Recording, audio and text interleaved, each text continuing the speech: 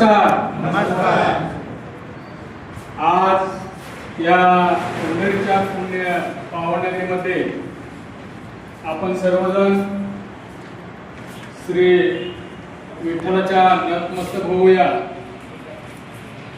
आणि आज आपल्यासाठी खरोखरच पत्रकार बांधव आणि त्यांच्या कुटुंबासाठी आज एक आपल्यासाठी सोनियाचा दिन सकाळ भोरी म्हणणं तर वावरून ठरणार नाही. कारण आज महाराष्ट्र राज्यामध्ये मराठी पत्रकार संघ महाराष्ट्र वावरत असताना अनेक राज्यामध्ये संघटना आहेत, परंतु सध्या महाराष्ट्रामध्ये पुणे असो मुंबई असो या मोठमोठ्या शहरामध्ये सुद्धा मराठी पत्रकार संघ हा सध्या पुढे अग्रेसर आहे. मराठी पत्रकार संघाचे महाराष्ट्रामध्ये पूर्ण जाळे पसरलेले आहे आणि या निमित्तानं आज कार्यक्रमाच्या सांगू इच्छितो की अनेक वर्षापासून मला 27 वर्ष झाली पत्रकारिता करतो, परंतु हे पत्रकारिता करत असताना एक तर आपल्याला जे मानधन असतं ते मानधन असतं तटपुंजी म्हणजे फार थोडं असतं आणि त्याच्यामध्ये आपण आपला संसार भागवायचा, घर परपंच भागवायचा का मुलं बाळा बघायची, शिक्षण बघायचं का, आपण काय करायचं यासाठी आपण कधीच लक्ष देत नाही. मग अनेक वर्षापासून आमच्या या डोक्यामध्ये होतं की आपण बाबा मराठी पत्रकार संघ चालवत असताना याचं काम पाहत असताना आपण आपल्या प्रत्येक पत्रकार बांधव आपल्या बरोबर आहे, परंतु पत्रकाराचं कुटुंब सुद्धा कसं व्यवस्थित आणि अबाधित राहिलं पाहिजे यासाठी आमची अनेक वर्षापासून धडपड होती आणि ती धडपड माननीय आपले प्रदेशाध्यक्ष किरणजी जोशी साहेब आणि काही आमचे ज्येष्ठ वरील पदाधिकारी यांच्याशी चर्चा केली आणि त्या चर्चेनुसार पुन्हा आमच्या पंढरपुरातील सर्व या संघटनेचे पदाधिकारी सदस्य असतील यांच्याबरोबर चर्चा केली की आपण आपल्या कुटुंबासाठी आपल्यासाठी कुठेतरी आपण विमा पॉलिसी आपण केली पाहिजे. एक आधार आपल्या कुटुंबाला आपल्याला आधार झाला पाहिजे. कारण बघितलं आपण की परवाच आपल्या तरुण भारतचे पत्रकार संतोष रणदिवे यांना काम करून जाताना गावाकडं त्यांचं गाव तुंगत आहे जाताना त्यांना एक ऍक्सिडेंट झाला आणि अक्षरशः झाल्यानंतर त्यांना जी तत्काळ दवाखान्यामध्ये हलवलं तर त्या ठिकाणी त्यांना 22,000 रुपये भरायला नव्हते. त्यांनी कसे तरी त्यांच्या नातेवाईकांनी गोळा केले आणि या ठिकाणी त्यांनी उपचार घेतलाय थोडा एक दिवस लाईन मध्ये आणि पुढं ते म्हणजे पुढे घेऊन जावा इथं उपचार होणार नाही. तर त्यावेळेला इतकी मोठी अडचण आली होती रणदिवेंना आणि अडचण आल्याबरोबर आमच्या संघातले आमचे विनोद पोतदार यांनी एक छोटासा मेसेज टाकला आमच्या मराठी पत्रकार संघाच्या ग्रुपवर आणि ते बघितलं. आम्ही अलर्ट असतो आपल्या व्हॉट्सअप ग्रुपला अलर्ट राहू पत्रकारांना कधी आणि बघितलं 5 मिनिटं 10 मिनिटात आमच्या प्रदेशाध्यक्ष किरण जोशी यांनी मला फोन केला. संतोष रणदिवे हा जरी संघात नसला तरी तो एक पत्रकार आहे, आमच्या संघात नव्हता पण तरी सुद्धा एक पत्रकार आहे, बांधव आहे.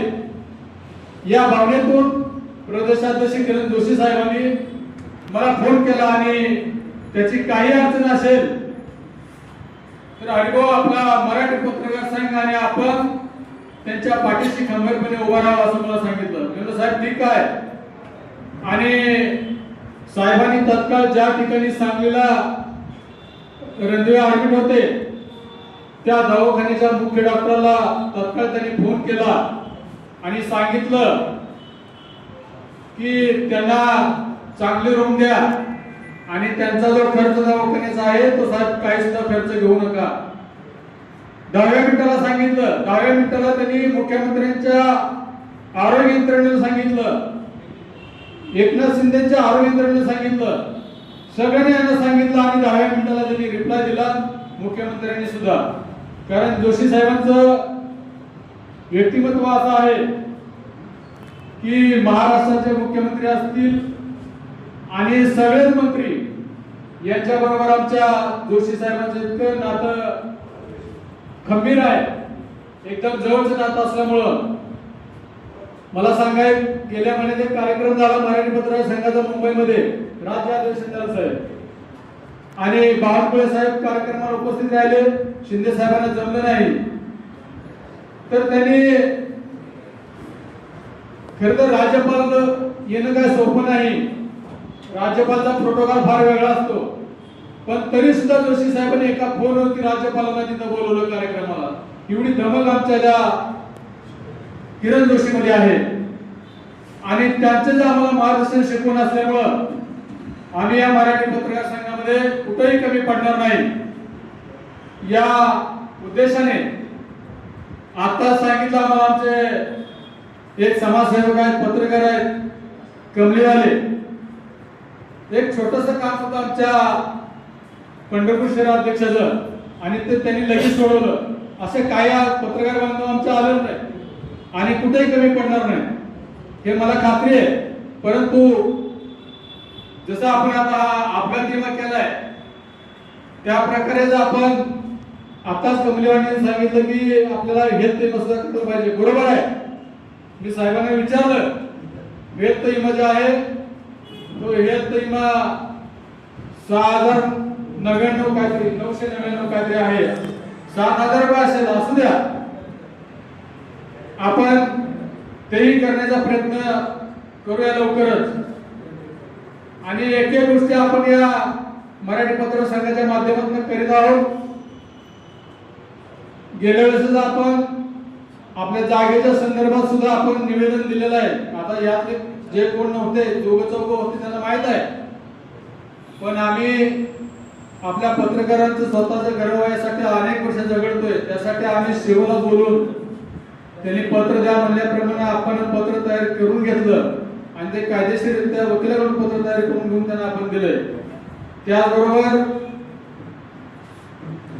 जे हे पत्रकार भवन नगर परिषदेचं असलं तरी आपल्याला राज्य अधिवेशनामध्ये महसूल मंत्री बावनकुळे साहेबांनी सांगितलं की मराठी पत्रकार संघाला राज्यामध्ये फक्त तुम्ही प्रस्ताव द्या, राज्यामध्ये तालुक्यामध्ये कुठेही आम्ही जिल्ह्यामध्ये तुम्हाला पत्रकार भवनासाठी जागा उपलब्ध करून देऊ. परवा मला किरण जोशी साहेबांचा फोन आला, आपण भवनासाठी आणि आपल्या जागेसाठी आपण प्रस्ताव तत्काळ घेऊन या, आपण मुंबईला जाऊ आणि मुख्यमंत्र्यांशी चर्चा करू. तर हे जे आपण मराठी पत्रकार संघाच्या माध्यमातून पंढरपूर शहरामध्ये तालुक्यामध्ये काम करत आहोत, हे चांगल्या प्रकारचं काम आपलं चालू आहे. आणि असं ज्या किरण जोशी साहेबांच्या माध्यमातून राज्यातही काम सुरू आहे. आणि साहेब, या महाराष्ट्रामध्ये मराठी पत्रकार संघाच्या माध्यमातून राज्यात पहिला उपक्रम असेल की पत्रकारांच्या आज आपण अपघात विमा पॉलिसी करत आहोत आणि ते सर्व फक्त पोस्टाचे खाते आमचे प्रतिनिधी काढतील, परंतु जे विमा पॉलिसीचा खर्च आहे तो आम्ही सर्व संघाच्या वतीने करत आहोत.